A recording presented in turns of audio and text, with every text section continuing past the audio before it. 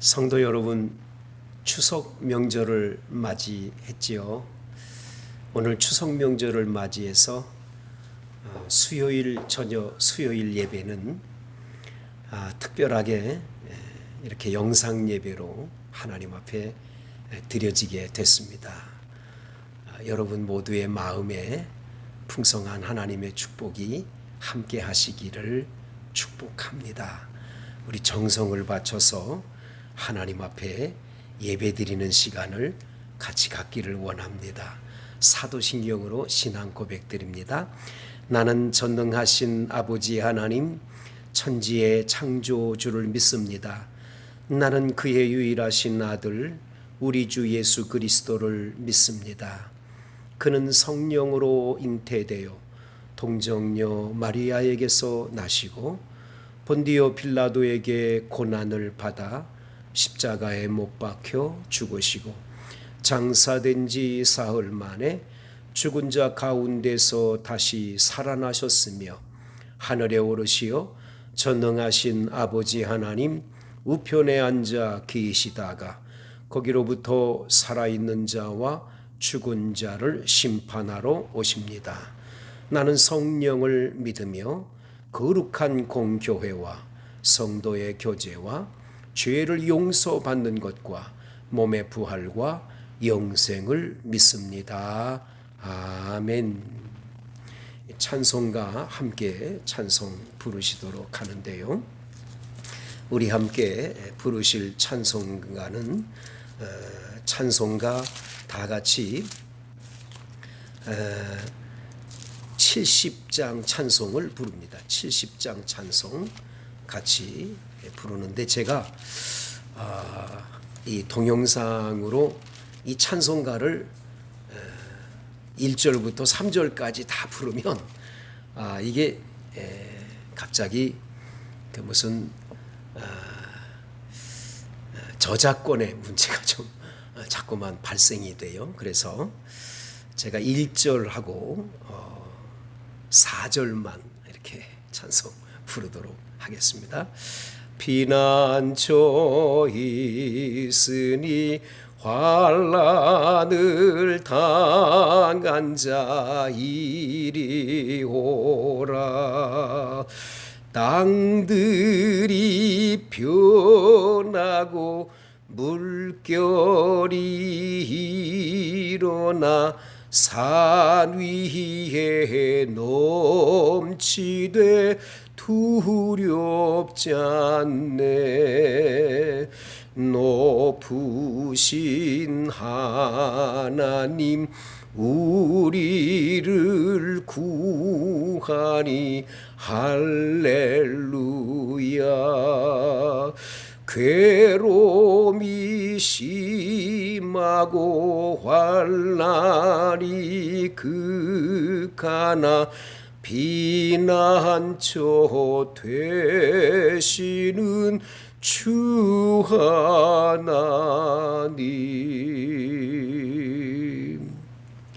이제 우리 함께 마음을 모아서 합심으로 통성기도하는 시간을 갖는데 우리 교회가 기도하는 것 5가지가 있지요.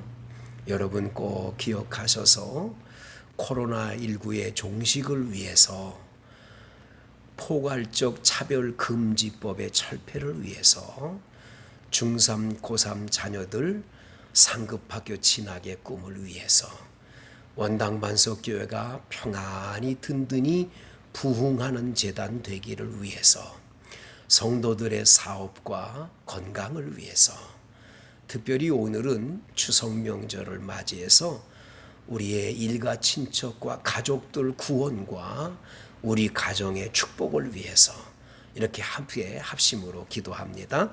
하나님 아버지 감사합니다. 오늘 주님께서 이렇게 추석 명절을 맞이해 우리 성도들이 다 고향에 가든지 가족끼리 모여서 예배를 드리게 이렇게 코로나19로 아버지 하나님 여러 가지 어렵고 힘든 사정으로 영상 예배로 하나님 앞에 예배를 올리게 됐습니다. 주님께서 흠양에 받으시고 속한 시일 내에 이 코로나19가 우리 곁에서 속히 종식되고 떠나가도록 도와주시옵소서. 치료약이 개발되고 치료 백신이 개발되도록 은혜를 베풀어 주시기를 원합니다. 하나님 아버지, 간청의 기도를 드리고 간구하옵는 것은 주님께서 우리 사랑하는 아버지 대한민국 이 나라를 든든히 평안히 붙들어 주셔서 예수 잘 믿는 나라 되어야 되겠습니다. 성경에 위배되는 성경 말씀에 절대로 맞지 않는 포괄적 차별금지법은 철폐되게 하셔서 국회 통과가 되지 않도록 막아주시기를 원합니다. 중3, 고3 자녀들 반드시 지혜와 총명 주시고 건강 주셔서 원하는 상급 학교의 꿈이 이루어지게 해 주시기를 원합니다. 하나님 아버지, 원당반석교회가 성령 충만한 교회, 은혜로운 교회, 부흥하는 교회, 아버지 악한 마귀 절대 틈 못하게 하시고 든든히 평안히 세우셔서 주님의 나라의 영광을 위해서 민족 복음화와 세계 복음화를 위해서 선교 많이 하는 선교하는 귀한 재단으로 삼아 주시기를 원합니다. 하나님 아버지, 우리 교회 성도들의 사업이 번성하게 하시고 육체의 질병에 고통당하는 분들 모두 치료의 광선을 비추어 낫게 해 주시기를 원합니다. 몸이 아파서 추석 명절에도 어려움 속에서 추석 명절을 보내는 성도들, 그 육체의 질병들이 다 떠나가고 치료가 임하기를 원합니다. 하나님의 기적을 보게 해 주옵소서. 아버지 하나님, 이 시간 성령 충만 주셔서 주의 종에게 권세 있는 말씀을 선포하도록 은혜 주실 줄 믿사옵고 예수님 이름으로 간절히 기도드리옵나이다. 아멘. 오늘 우리에게 주시는 하나님의 말씀은 추석 명절이기 때문에 특별히 누가복음 16장 19절부터 31절까지 말씀을 통해서 우리 추석 명절에 주신 하나님의 말씀에 은혜를 받고자 합니다. 이 계시된 말씀을 봉독하는 중에 살아계신 주의 음성을 듣게 되기를 바랍니다. 한 부자가 있어 자색 옷과 고운 베옷을 입고 날마다 호화롭게 즐기더라. 그런데 나사로라 이름하는 한 거지가 헌데투성이로 그의 대문 앞에 버려진 채 그 부자의 상에서 떨어지는 것으로 배불리려 하매 심지어 개들이 와서 그 헌데를 핥더라. 이에 그 거지가 죽어 천사들에게 받들려 아브라함의 품에 들어가고 부자도 죽어 장사되매 그가 음부에서 고통 중에 눈을 들어 멀리 아브라함과 그의 품에 있는 나사로를 보고 불러 이르되 아버지 아브라함이여 나를 긍휼히 여기사 나사로를 보내어 그 손가락 끝에 물을 찍어 내 혀를 서늘하게 하소서.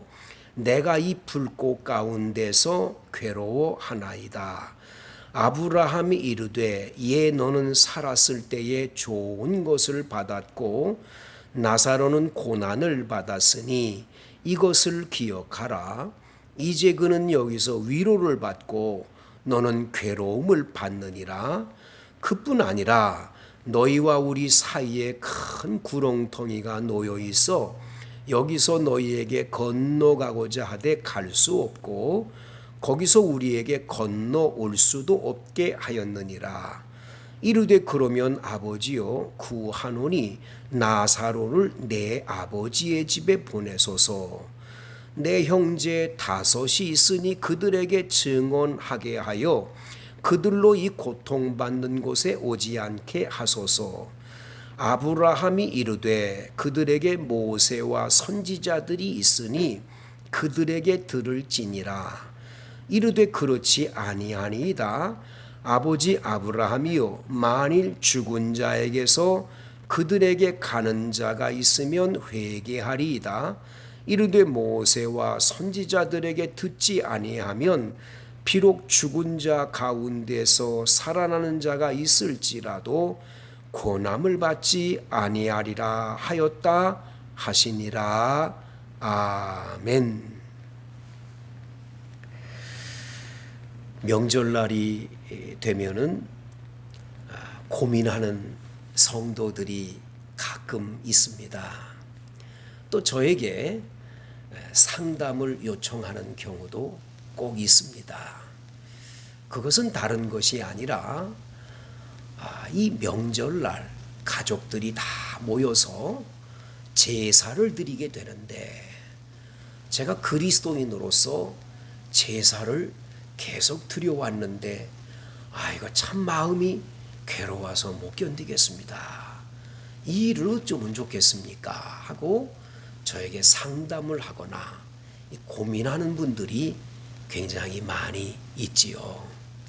그래서 여러분과 저는 오늘 이 추석 명절을 맞이해서 조상 제사 문제를 한번 우리 함께 하나님의 말씀을 통해서 어떻게 이 문제를 해결해 나가야 될까 한번 은혜를 받기를 소망합니다. 이 제사라고 하는 것은 고려시대의 충렬왕 때에 유교가 들어오면서 우리나라에도 이 제사가 들어왔다라고 합니다. 그러니까 엄밀히 말하면 이 조상제사는 우리 고유의 그러한 민족의 고유의 명절마다 하는 그러한 예식은 아니라는 것을 알아야 됩니다. 중국에서 건너온 거죠. 그렇기 때문에 중국에는 효경이라고 하는 책이 있는데 그 효경에 보면 이 제사 이야기가 나옵니다. 부모가 돌아가시고 난 후면은 제사라는 걸 드리면 바로 그 죽은 조상이 이렇게 귀신이 와가지고 이거 대접을 받는 것처럼 표현해 놓은 글이 있습니다. 아쉽지만 이율곡 선생님께서도 이 조상제사에 대한 말씀을 하셨는데 율곡 선생님이 하신 말씀 속에 이런 말씀이 있습니다.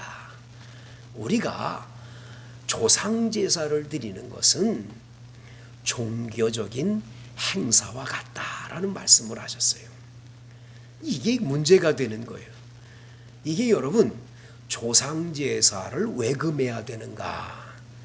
그 철저하게 여러분이 깨달아야 되는 건 첫 번째, 이게 우리 고유의 우리나라의 고유의 전통적인 그러한 예식이 아니라는 걸 기억하셔야 되고, 두 번째는 기억할 것은 이것이 그냥 부모님의 뜻을 부모님을 생각하면서 예식을 하는 게 아니라 이게 종교화가 돼 있는 거예요. 쉽게 말하면 귀신을 섬기는 것이 되는 거예요. 이러기 때문에 여기에 이제 문제가 되는 거죠. 왜냐하면 하나님께서 우리에게 친수로 적어주신, 하나님이 친수로 적어주신 10가지 계명이 있지요. 10계명이 있단 말이죠. 그 10계명의 첫 번째 계명인 나 외에 다른 신을 섬겨서는 안 된다라고 말씀하셨어요. 두 번째, 너를 위해서 새긴 우상을 만들지 마라. 땅 위에 어떤 형상이나 저 하늘에 있는 어떤 형상이나 저 물속에 있는 어떤 형상이라도 만들지 말고 그것들에게 절하지 말라 하는 게 두 번째 계명이에요. 자, 이 조상제사가 부모를 생각하면서 그냥 예식을 하는 게 아니라 부모의 귀신이 와서 이걸 받는다 생각하고 엎드려서 절을 하게 되면 두 가지를 범하는 거예요. 10계명의 첫 번째 계명과 두 번째 계명을 범하기 때문에, 그래서 조상 제사를 기독교에서는 금하게 되는 거지요. 그리고 여러분 결정적인 것 한 가지를 오늘 본문 이 누가복음 16장에서 우리는 발견하게 됩니다.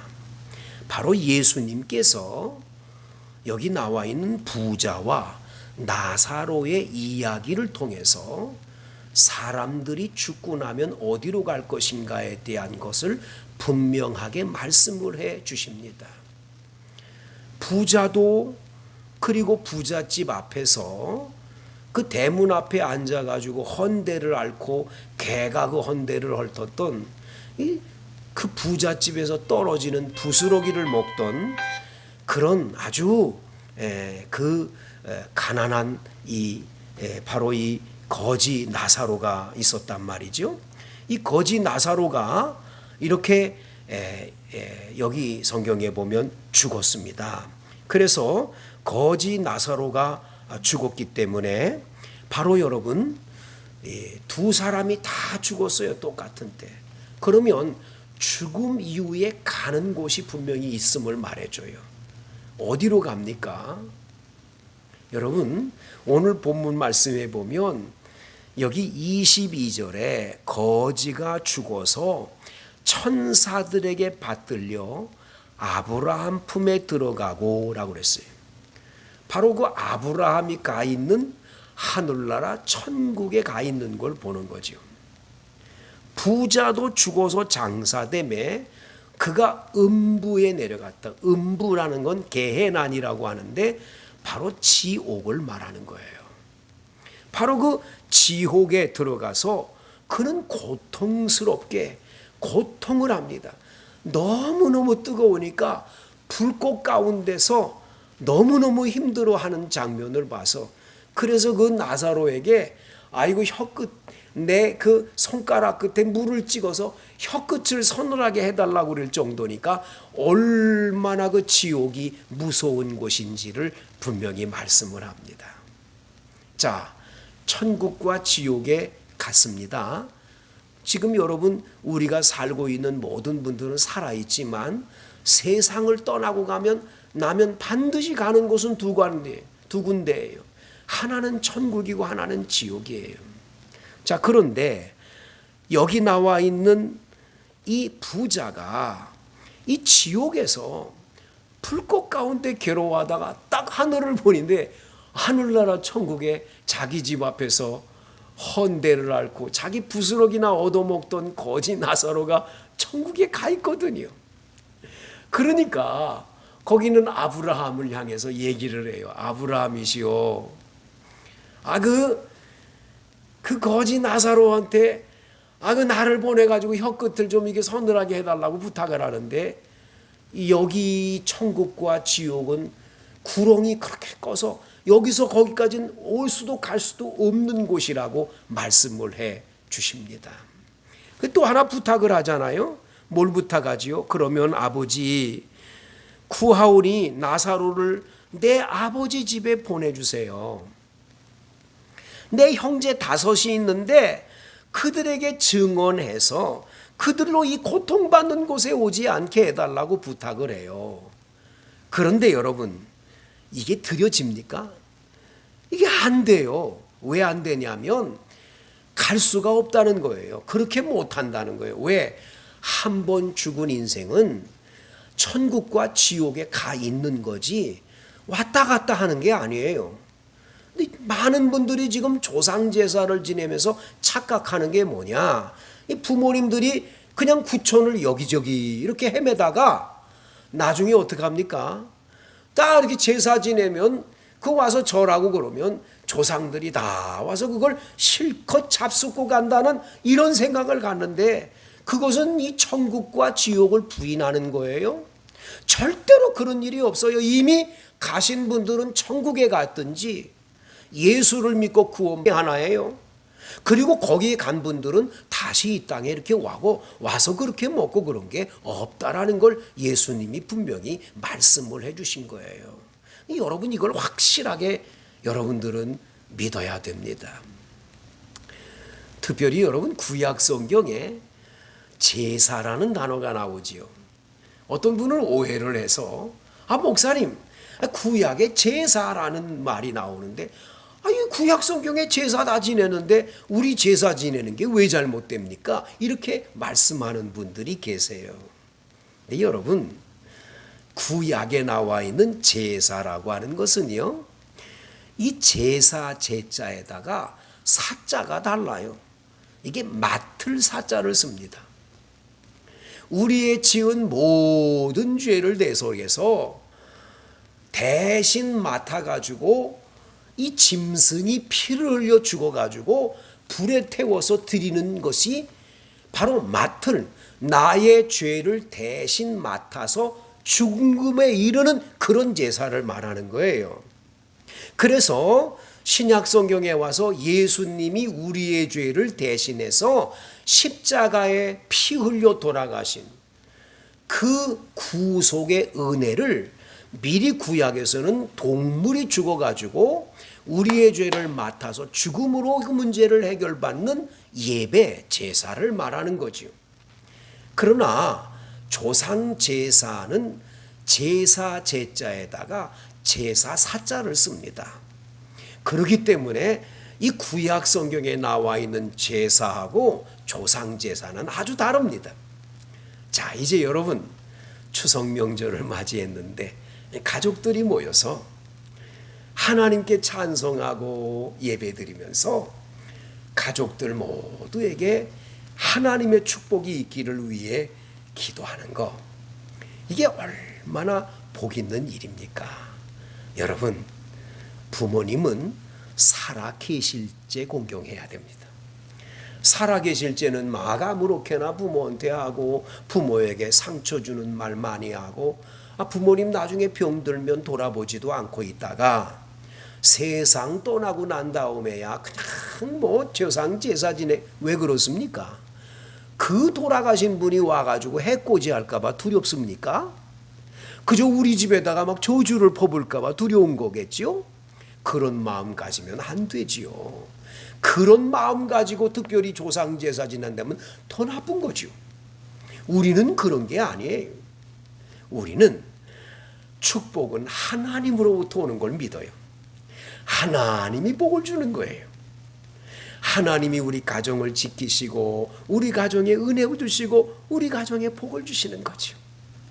그래서 우리 가족들 모두가 이런 명절 때마다 모여서 하나님 찬송하고 그동안 지냈던 이야기들을 서로 나누는데, 하나님이 나의 가정에 이런 복을 줬다, 내 삶에 이런 복을 줬다 간증하는 시간을 가지면 얼마나 행복할까요? 우리나라에 국정원이 있지요. 그 국정원 원장 지내신 김승규 장로님이 계세요. 이 김승규 장로님 가정 식구들이 전부 다 이 자녀들과 온 집안 식구들이 모여가지고 이 모이게 되면 한 50여 명씩 모인답니다. 명절날 모여가지고는 모두 찬송을 부르고 예배 드리는데 이 자녀들이 다 예수를 믿는 거예요. 자녀들이 전부 예수를 믿으니까 찬송 부르며 영광을 돌리고 끝나고 나면 성경 기도하고 간증하고 이런 시간을 보내니까 이 집안의 모임이 얼마나 행복한지 모른다라는 거예요. 얼마나 부러운지 모르지. 성도 여러분, 여러분의 가정도 꿈꾸세요. 이러한 행복한 가정이 이루어지기를 꿈꾸고 기도하셔서 여러분의 가정은 하나님이 복 주시는 복 있는 가정 되시기를 간절히 축원을 드리겠습니다. 기도하시겠습니다. 거룩하신 하나님 아버지, 주님 앞에서 예배 드리는 거룩하고 복된 추석 명절 보내기를 원합니다. 조상 제사 문제로 답답해하고 걱정하고 염려하는 분들, 하나님께서 선하게 아름답게 성령님 역사하셔서 가족들을 전부 다 구원시키는 은혜가 임하고 하나님께 예배드리는 행복한 가족 모임이 이루어지게 해 주시옵소서. 지금도 조상 제사를 지내느라고 어려움을 겪는 성도들이 있다면 하나님이 이 모든 일에 역사가 나타나게 하셔서 아버지 가족들이 도리어 예수 믿는 우리 성도들의 가정을 보면서 저 가정은 예수를 믿으니 복을 받는구나, 우리들도 예수 믿자 하고 신앙 간증이 되고 모범이 되는 가정들이 돼서 가족을 살리고 가문을 살리는 우리 성도들 다 되도록 복내려 주시옵소서. 하늘의 복이 성도들 가정에 풍성하고 넘치게 임할 줄 믿사옵고 감사드리며 예수님 이름으로 간절히 기도드리옵나이다. 아멘. 이제는 우리를 죄악에서 구원해 주신 우리 주 예수 그리스도의 은혜와 하나님의 사랑과 성령님의 감동 충만 교통하심의 역사가 추석 명절을 맞이해 수요일 예배를 온라인으로 드린 모든 성도들 머리 위에 앞날 위에 이제로부터 영원토록 함께 하시기를 간절히 축원하옵나이다. 아멘.